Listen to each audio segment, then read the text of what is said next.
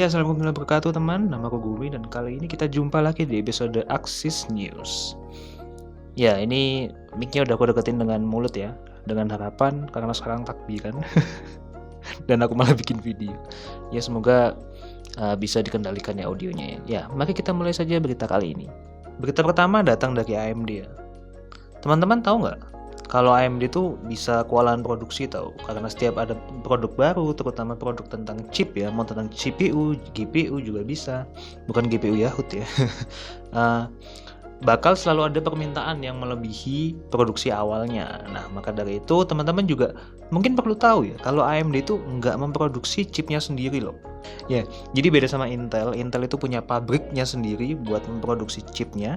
Sementara AMD itu nggak punya pabrik sendiri. Jadi mereka itu partneran sama perusahaan yang namanya TSMC. Jadi mereka itu yang memproduksi semua chip AMD, mau CPU mau GPU, dan dengan cara itu juga AMD bisa memfokuskan semua sumber daya waktu, sumber daya uangnya, dan sumber daya manusianya ke desain dan development atau research, biar CPU Ryzen dan AMD Radeon RX kita lebih jago lagi.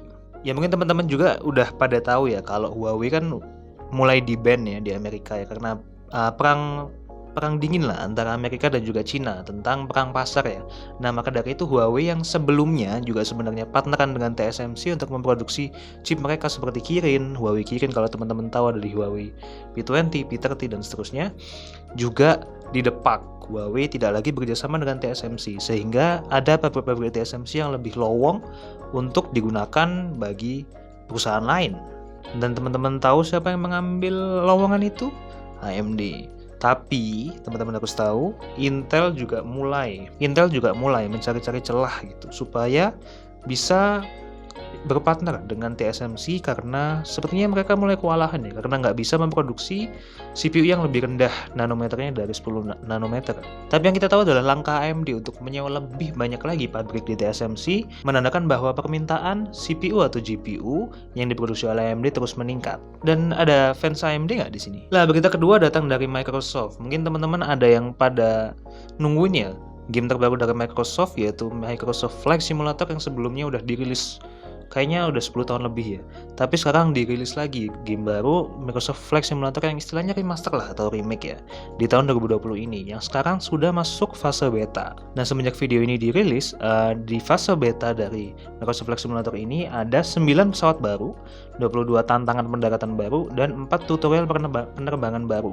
Tapi sebelum kita menuju ke sana, kira-kira PC-mu kuat nggak buat menjalanin Microsoft Flight Simulator 2020 ini? Jadi ya teman-teman nih, untuk minimum requirement dari Microsoft Flight Simulator 2020 adalah Intel Core i5 4460, jadi 4th gen ya. Mungkin teman-teman ada punya lebih dari itulah paling nggak ya. Atau Ryzen 3 yang 12.200 atau 1200 ya. Kemudian RAM-nya harus 8GB.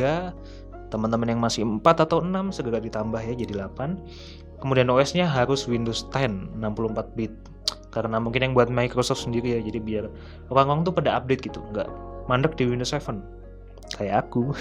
Kemudian VGA-nya nggak terlalu berat ternyata, jadi RX 570 atau GTX 770.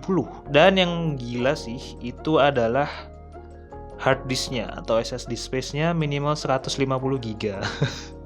Wow. By the way, teman-teman kuat nggak nih PC-nya atau laptopnya? Laptop gue sih enggak. Kemudian berita terakhir datang dari Google. Teman-teman udah nyoba nggak fitur terbaru dari Android yang merupakan pesaing dari airdrop-nya Apple, yaitu Nearby Share feature? Baru dengar? Makanya di-subscribe dong Axis, oke? Nah, fitur Nearby Share ini meskipun secara fokus dirilis untuk smartphone, tapi juga bisa digunakan pada device Android atau bahkan device yang menggunakan Google Chrome seperti tablet, bahkan laptop kalian. Nah, teman-teman bakal kecewa nih, karena apalagi yang baru dengar ya, karena ketika post ini dirilis atau video ini dirilis, fitur Nearby Share ini sudah mulai ditarik lagi oleh Google karena ini masih dalam fase beta. Nah, usut punya usut nih, fase beta dari Google ini hanya digunakan untuk mengambil data dan mengambil feedback-feedback yang diperlukan supaya bisa dioptimalkan lagi oleh Google ya, karena memang semuanya butuh waktu lah. Tapi ya pasti coba bayangin deh, kita jadi punya pesaing dari airdrop. Jadi kita nggak perlu Bluetooth, kita nggak perlu aplikasi yang pihak ketiga, jadi kita tinggal pakai apa yang ada di Android. Nah, biar mastiin kira-kira di smartphone teman-teman atau tablet teman-teman masih ada nggak fitur nearby share-nya, coba di-share satu file terserah mau apa, mau video, mau musik, mau gambar, mau dokumen, mau video 3GP, mau link, it's okay.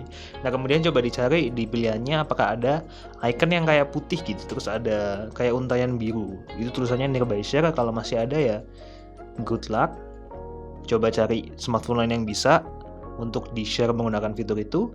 Tapi kalau nggak ada ya mungkin kita harus menunggu agak lama lah. Ya itu aja berita teknologi di episode kali ini teman-teman. Jangan lupa komen dan juga subscribe, like atau dislike terserah kalian. Dan biar nggak ketinggalan ya, pastiin subscribe karena kalian udah ketinggalan satu fitur nih, ini nearby share feature. Kalian nggak sempat nyoba kan di smartphone kalian. Jadi supaya nggak ketinggalan jangan lupa subscribe, komen, diulang lagi ya. Terima kasih teman-teman, semoga bermanfaat berita kali ini. Assalamualaikum warahmatullahi wabarakatuh, and see you in the next episode.